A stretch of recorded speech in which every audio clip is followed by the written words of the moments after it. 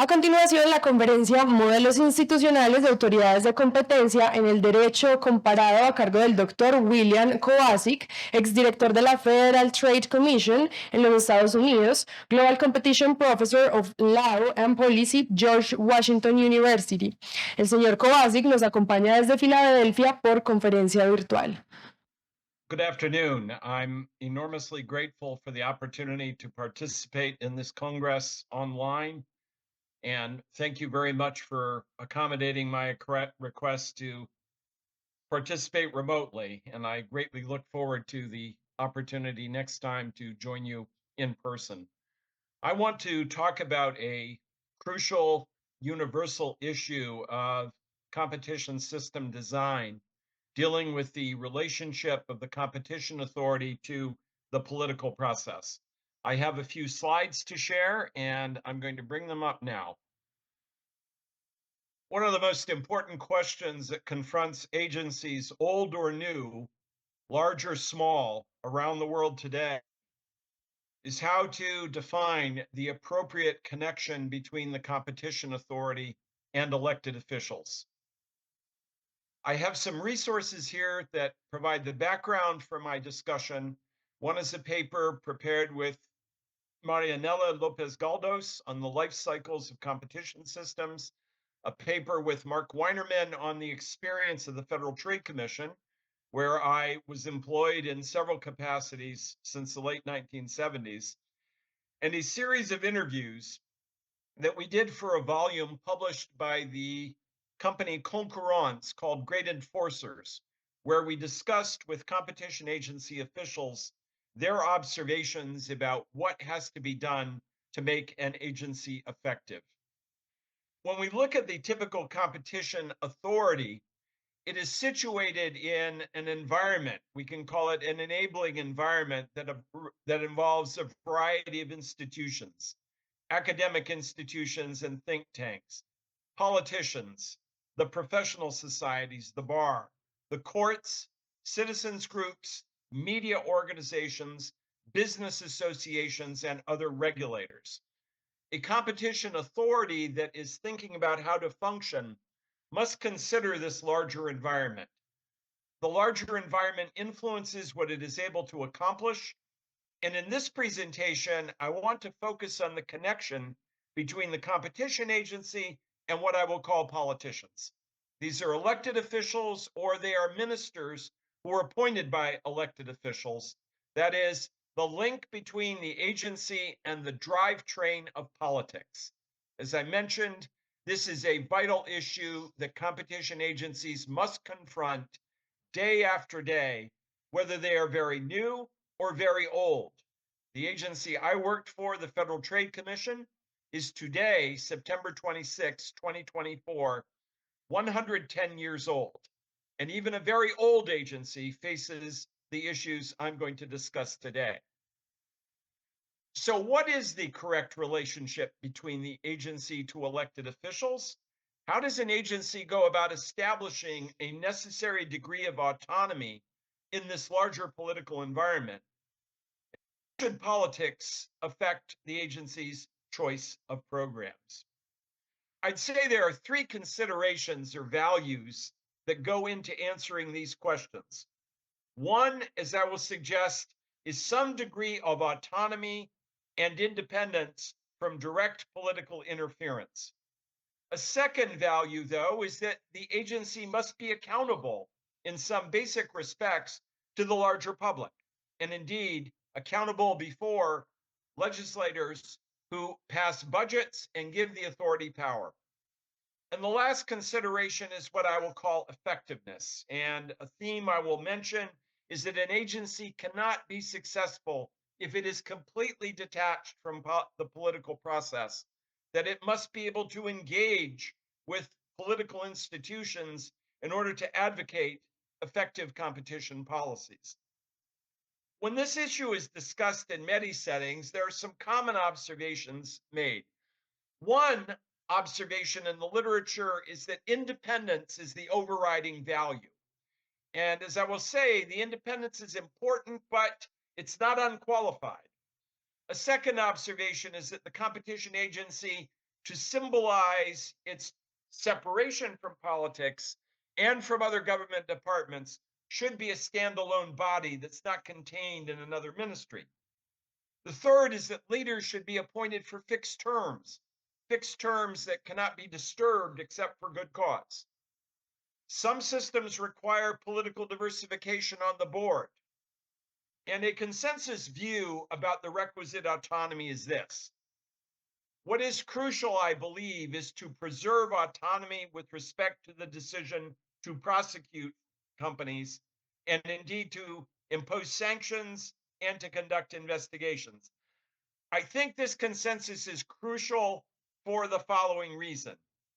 When an agency brings its cases before the courts, the agency is frequently asking the courts, in many respects, to respect its judgment, to respect its expertise. The agency, in many instances, is telling the courts, we are the expert analysts, and we are basing our decisions on sound professional judgment. And the professional judgment is the accumulation of experience over many years. To a great degree, in the process of appearing before the courts, the agency is asking the courts to trust the agency and to have confidence that it operated on the basis of good professional judgment.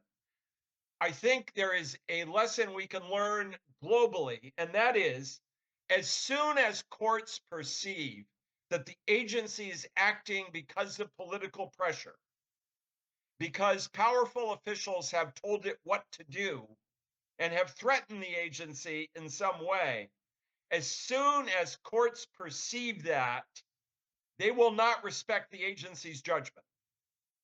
They will realize that the agency was not acting on the basis of professional knowledge and expertise, but instead was simply acting because powerful officials told it to do something. In my experience at the Federal Trade Commission, I can think of painful instances in which courts began to believe that we had acted not because of our expertise, but because we were trying to satisfy powerful political leaders. Even if that perception of the courts was wrong, it still was a powerful factor in reviewing our work.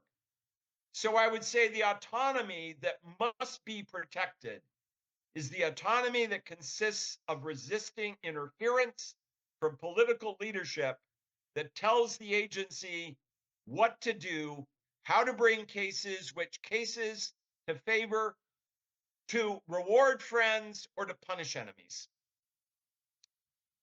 Complete autonomy, by contrast, I think is unattainable, if only because every year the agency must go to the political leadership and ask for a budget. That was the case when I was the chair of the Federal Trade Commission. Every year we had to go to Congress and ask for money. And if you are appearing before our Congress and asking for money, you are dependent on them in a key respect. It is impossible to be completely independent if every year you have to beg for funds. I would also say that complete autonomy is in a basic way not desirable. That is, sometimes you have to ask political leadership for more authority, greater power, to ask for an enhancement in the budget, to act as an advocate before legislators and ministers.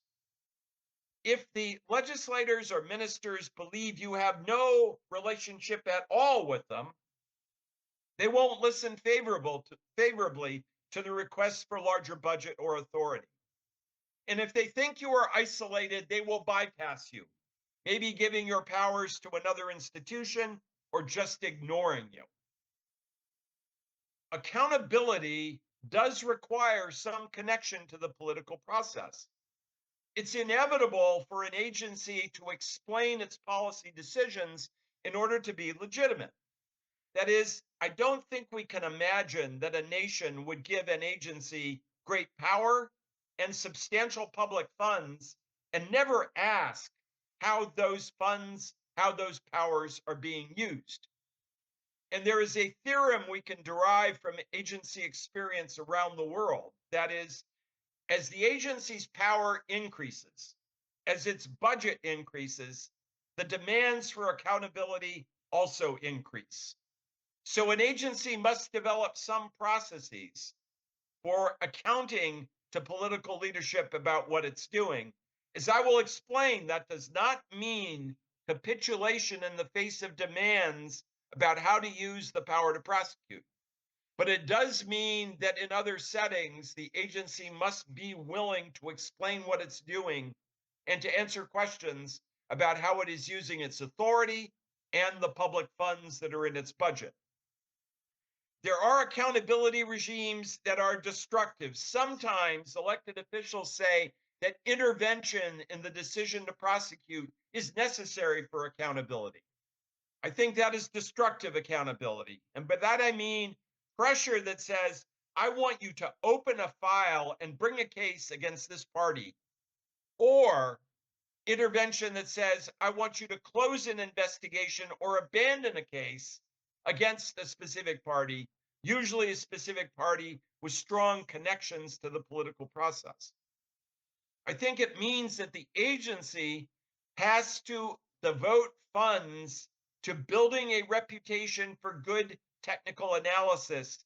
And that means a key priority for the agency is to invest in building its knowledge so that it can indicate to decision makers, especially judges, that when it acts on the basis of expertise, not political pressure. How do we reconcile the tension between the need for some autonomy and the need for accountability that provides legitimacy? I think it comes in many ways by the agency making meaningful disclosure about its operations.